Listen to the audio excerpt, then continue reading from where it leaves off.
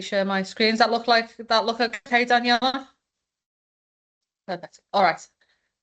Happy to, we'll have time for questions in the end. I'm going to talk for probably about 25 minutes, half an hour, but please feel free if you have any questions, put them in the chat, or we'll take them at the end. All right, so as I say, this is a case study on a state government agency, and they have had, I should say, a history of really low maturity. They had a PMO, but they were really a small team with an admin stroke compliance focus, very template focused, very reporting focused. So a PMO in name, but not so much in terms of capability. And as I mentioned, I'm going to talk about how they went from that to being probably certainly our most mature customer, and probably the most mature, one of the most mature PMOs that I've ever seen. One of the reasons that they were so keen to uplift their maturity was because they were facing an unprecedented transformation. So a number of systems upgrades, new systems implementations across the few years in front of them. So they knew they needed to really get in control and get themselves organized to be able to deliver this transformation. So it wasn't just an uplift in terms of PMO, it was an uplift of project management capability more broadly. They really had to look right across the agency to make sure they had all the skills and capabilities they needed to be able to deliver the transformation. So back in 2021 was really when we first started to engage with this organisation. As I say, that back then, two-person PMO, very admin focused. And when our client came in, he really was in trepidation about accepting the job. Actually, the leadership team didn't know what good looked like, and they recruited our client from a public sector environment. He'd done similar transformations before. We actually already knew him, which is one of the reasons he asked us to help out. But the first good decision they made as a leadership team was bringing somebody in that did know what good looked like. So identifying that gap in their own knowledge is really something to be commended, and not something that we see that often, actually. So they knew their capability was weak, and they knew they needed somebody on the leadership team to help them uplift that capability. So I say they recognised proactively that their existing level of project management, portfolio management maturity wasn't going to be enough.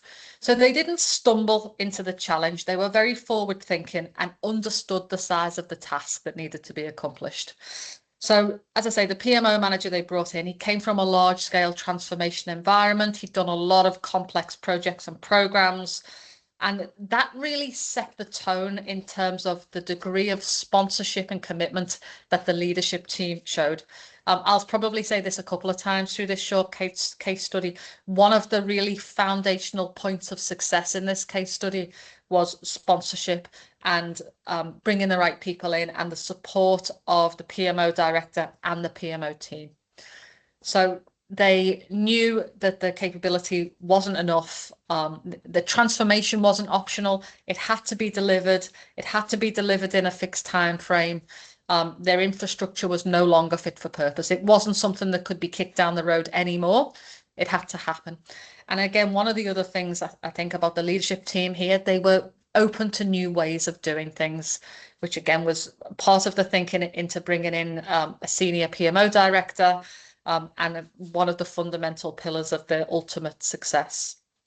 So when the new PMO director started, one of the things that he requested, and I think he might have even said this in his interview, was that when he came in, he wanted to be able to set a baseline for maturity. And he suggested that they did a project management maturity review. They actually did a P3M3 review. I'll talk a little bit more about that as we go through. But he was very adamant that he wanted to, they had so much to do. He really wanted to make sure a structured baseline was set, and from there he could build a clear improvement roadmap. So one of the great things about any project management maturity review is that it will help you pinpoint where your low-hanging fruit is, essentially. So where the measures that you will undertake will have the greatest impact. So you might need to focus on portfolio prioritization, strengthening governance, building more accurate data, or any one of those things that we do as project teams and PMOs. But he was very keen that those gaps were highlighted and prioritized, and the roadmap would come from that. So the maturity assessment was a logical first step, and one that the team agreed with, the leadership team agreed with readily. So done well, these reviews will really help you set a practical management strategy for uplifting project management. So the first P3M3 review that happened gave the team a score of 1, which wasn't completely unexpected and did set the baseline. I'll explain to you what a 1 is. Some of you will be familiar with these categorizations. This is, I say, the standard P3M3 maturity levels and definitions. P3M3, for those of you that haven't heard of it, is the standard that's set by a company called PeopleCert, same people that do Prince2 and MSP. They have their own maturity framework. We do deliver P3M3s. We also deliver some other different types of maturity reviews. I'll talk a little bit more about that at the end. In this case, though, one of the nice things about P3M3 is that they have a formal certification process, and that was important to our client. He didn't want any ambiguity about where they were starting from, so they actually did the formal certified assessment. And I say the first one came out at a level 1. So level 1 is an awareness of process. Project, program, and portfolio management practices are inconsistent, informal, and largely dependent on individual capability. Success is difficult to repeat because processes are not yet standardized. So that's where they found themselves on day 1, week 1, quarter 1 probably of our client's tenure as PMO director. Their goal was to get to initially 3 and then to build on 3. And I think most organizations are really, if you're starting from a low base, most organizations are looking to get to a 3, which is defined processes. I'll say more about that as we go through. Oh, sorry, I think I've fallen. Yeah.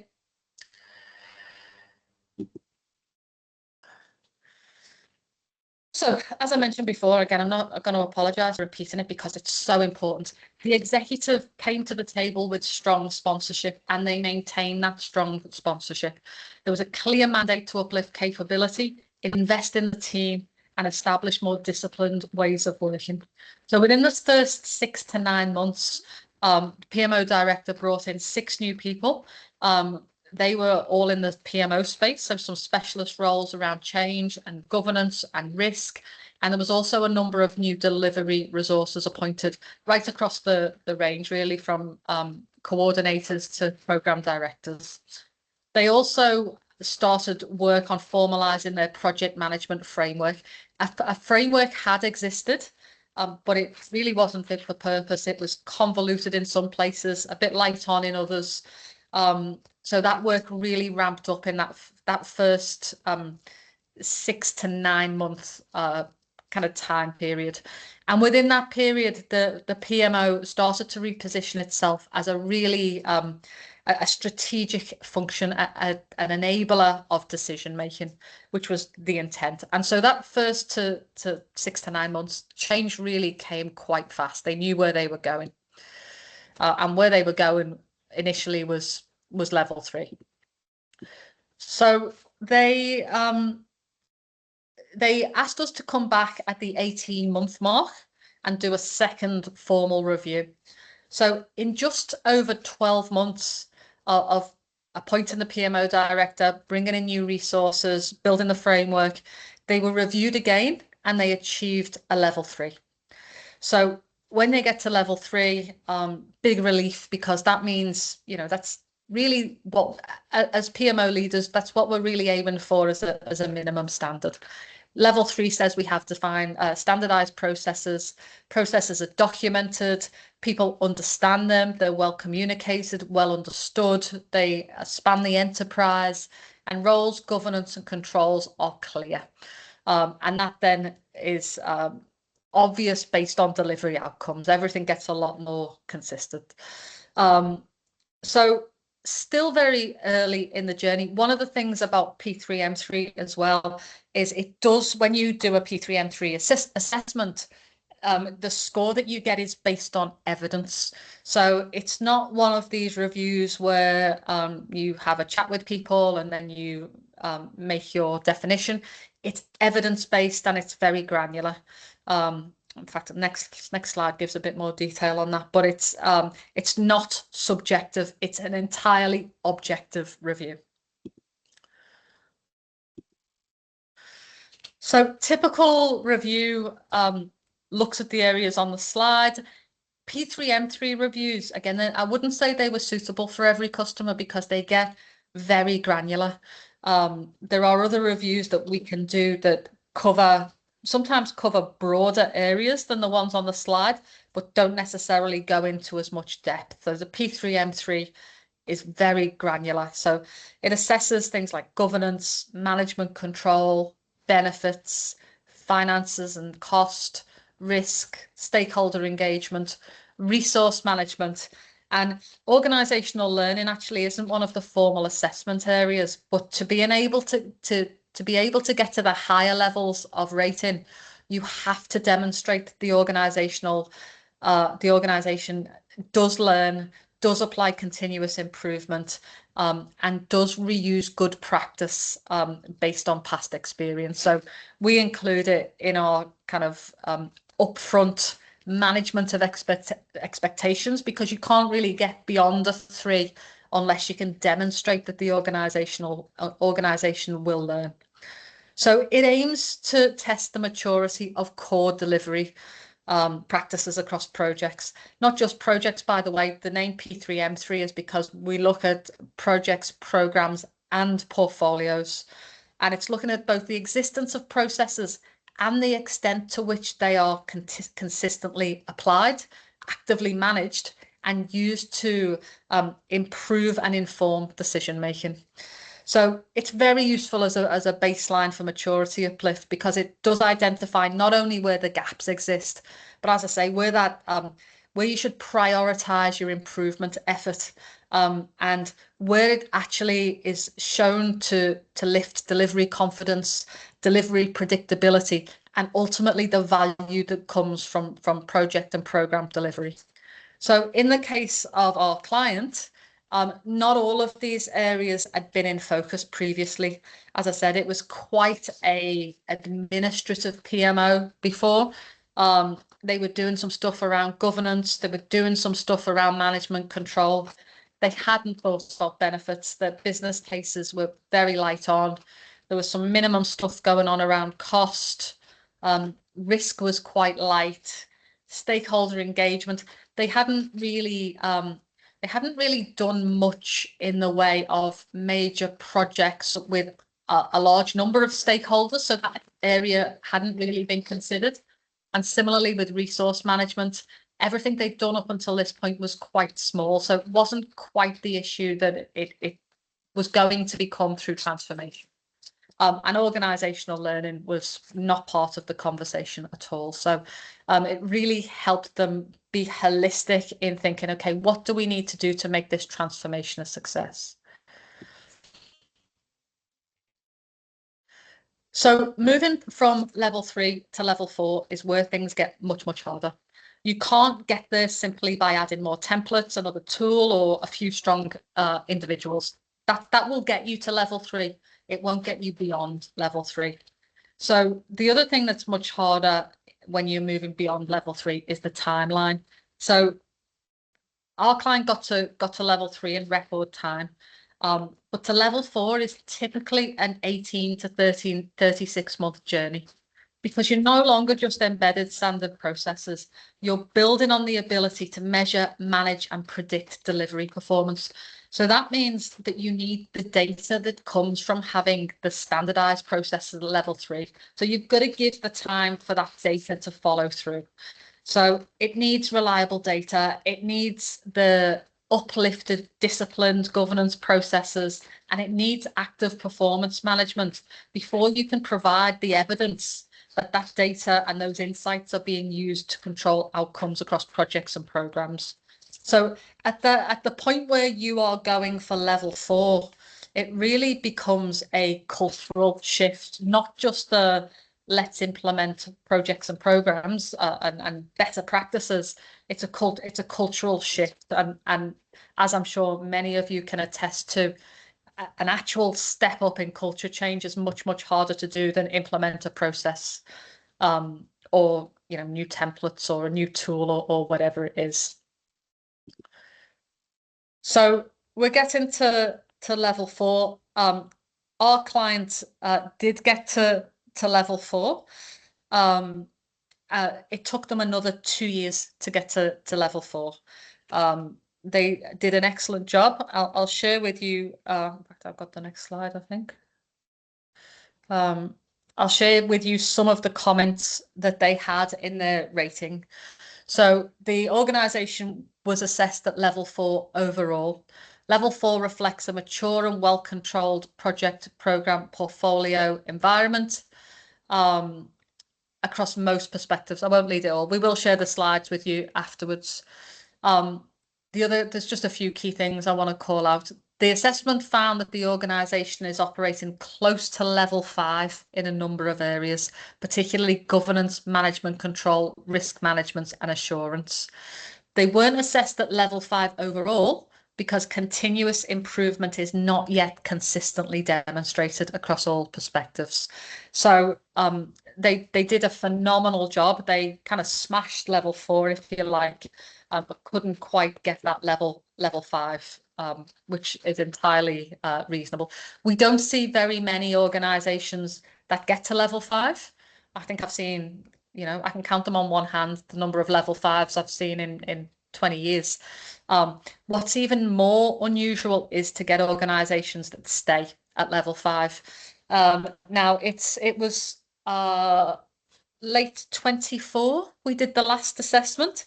And about 2 weeks ago, I got a call from them and they want to do another assessment in the new financial year. So we will get to go in and have another look at this, which is exciting.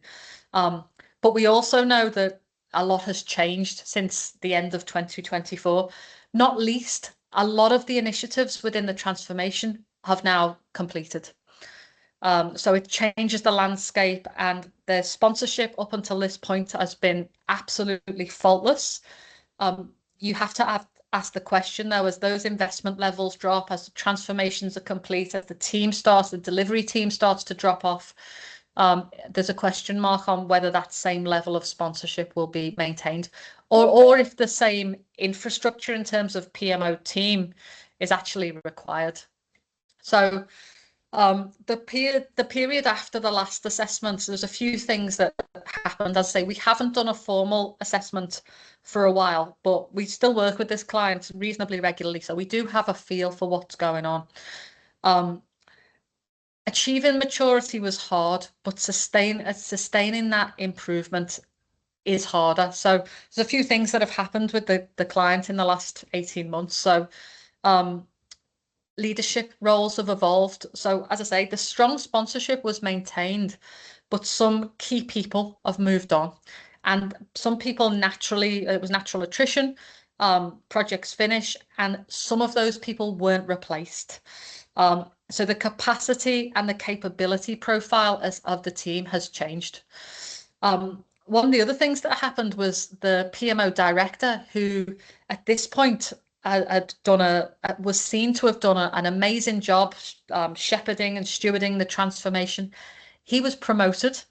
He was promoted into an acting role for about 12 months, and some of the team moved on because they'd enjoyed working with him so much they couldn't, they thought we're done. Now he did go back to the role, but again, some of the people had moved on. So the transformation, and this is really the key part. The transformation was deemed a resounding success, and so they didn't have a lot to compare it with in this organization because they'd only ever done smaller kinds of projects before, but they hadn't done them particularly well.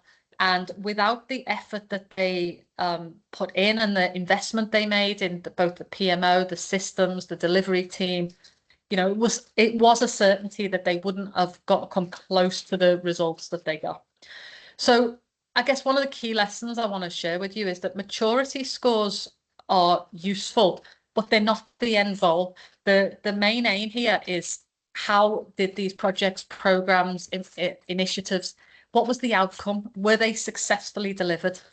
And in this case, what the way the client has explained it to me, his best move was to insist on a maturity review at the beginning of the process and for that baseline to be set.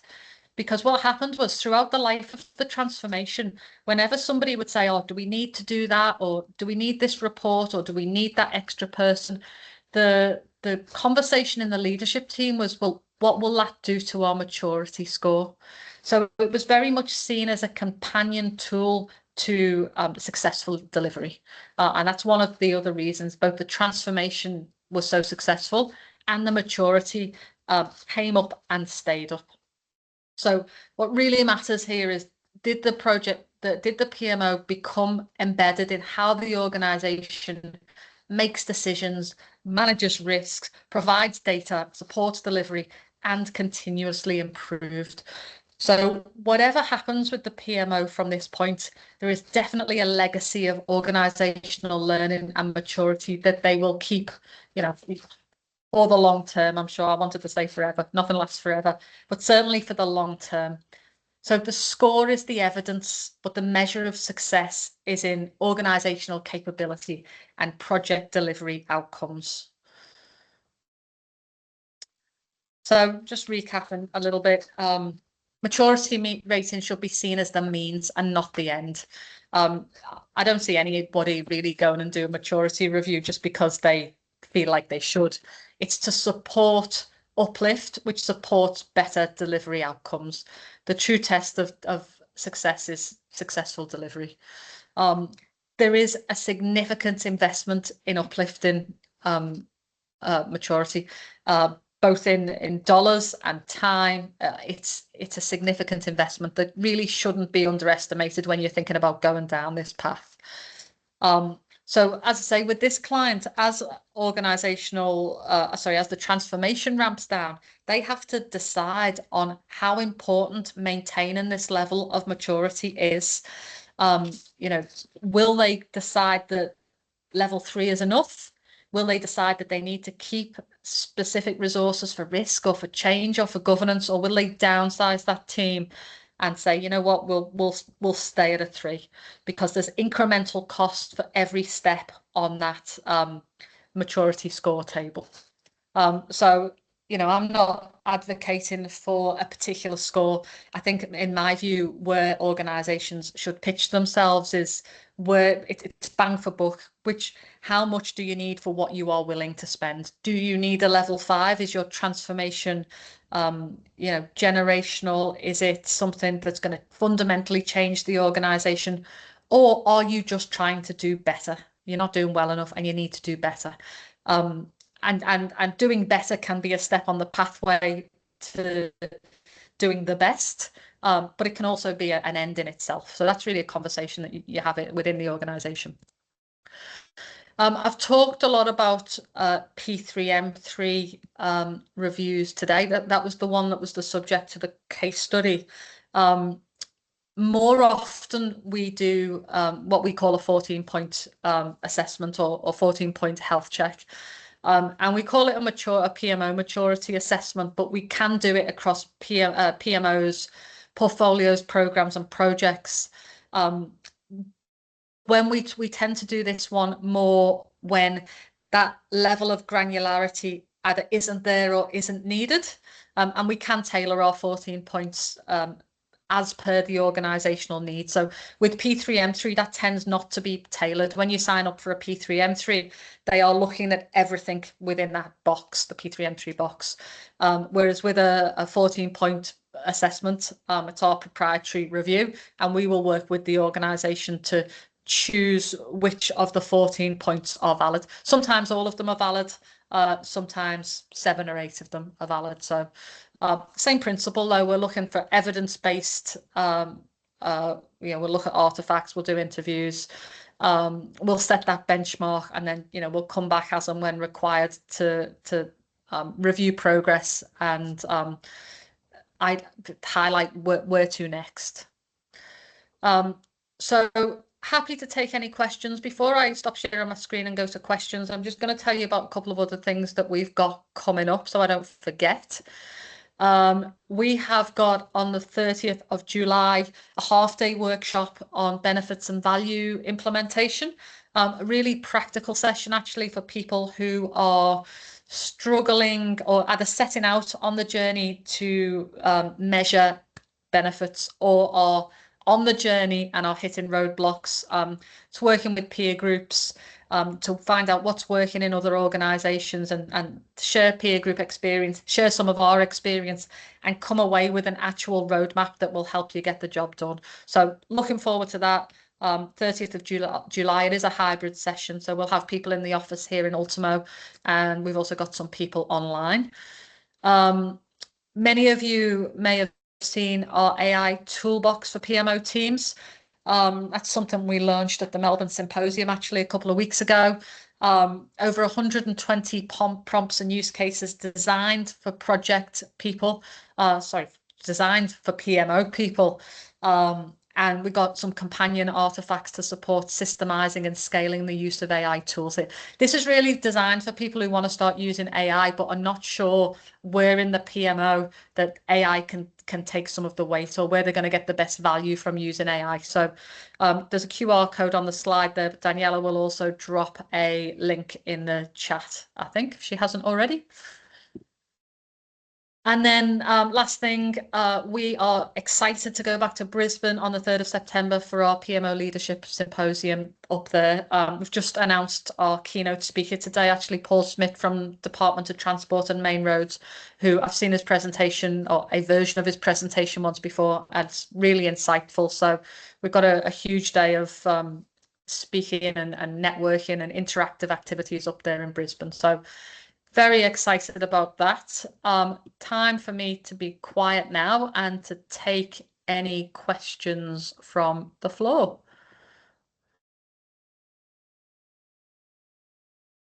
Louise, we have a couple of questions in the chat. Let me look. Sorry, I can't see my whole screen because I'm not using the machine I was planning to. Here we go, Angela. Hey, Angela. In view of the case study and in your view, what were the key elements that continue to their success, given that both 4 and 5 required a cultural change?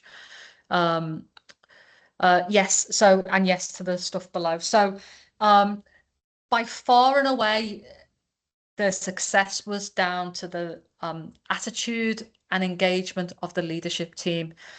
Sponsorship on this one was second to none. And it's not an accident. It's always the case.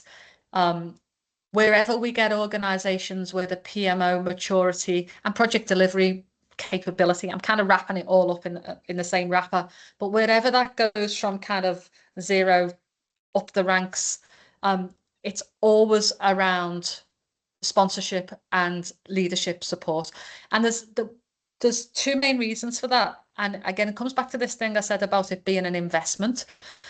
It costs a lot of money. Maturity costs. It costs in terms of the talent that you bring in to expedite the processes. When the leadership team brought in our client, they'd never spent that much money on a PMO person before. It was a real leap of faith. And they allowed him to bring in the talent that he knew could do the job. Not necessarily people he knew, although there are some people he'd worked with before. But people of a caliber that were beyond administrators, which is what they had. So sponsorship all the way, Angela. In terms of the size of the organisation and the team, they're not a huge agency. I think they're a couple of hundred people in total, New South Wales State Government Agency. And at their peak, they had a PMO team of, I think, 8 people, and a delivery team of about 40, including delivery leaders, business analysts, and change people. So wasn't huge, but it was much bigger than they'd ever had before. Great question. Thanks, Angela. Any other questions?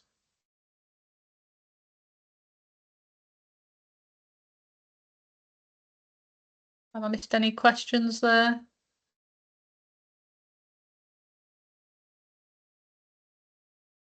I think you can unmute yourself if you do have a question you'd like to ask. One more from Angela. What was exceptional about the sponsorship? That it existed, Angela. It was present.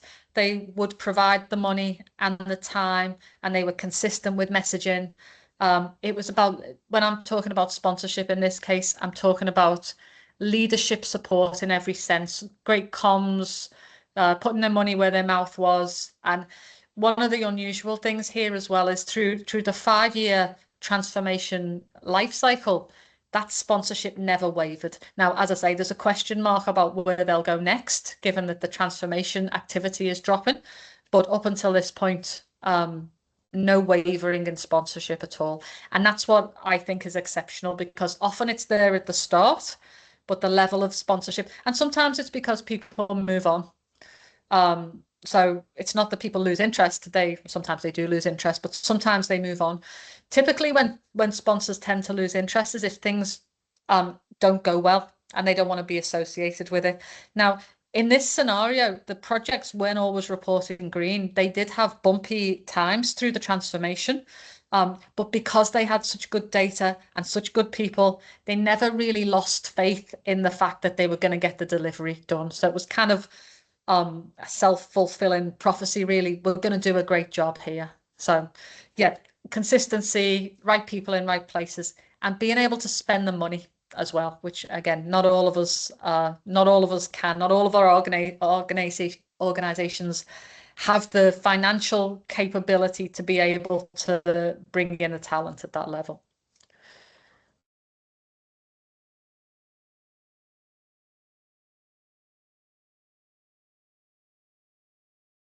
Happy to take one last question if we have any.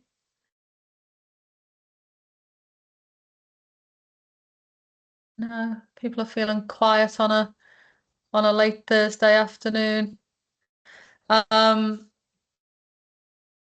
What tool were they using?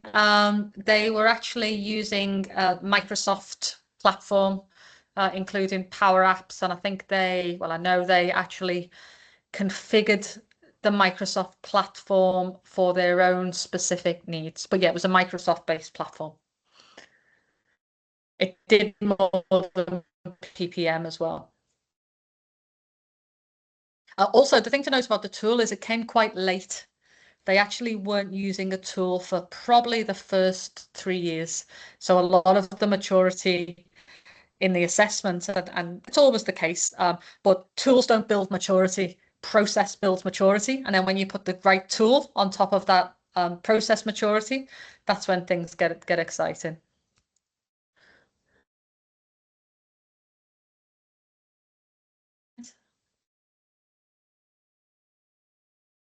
Okay.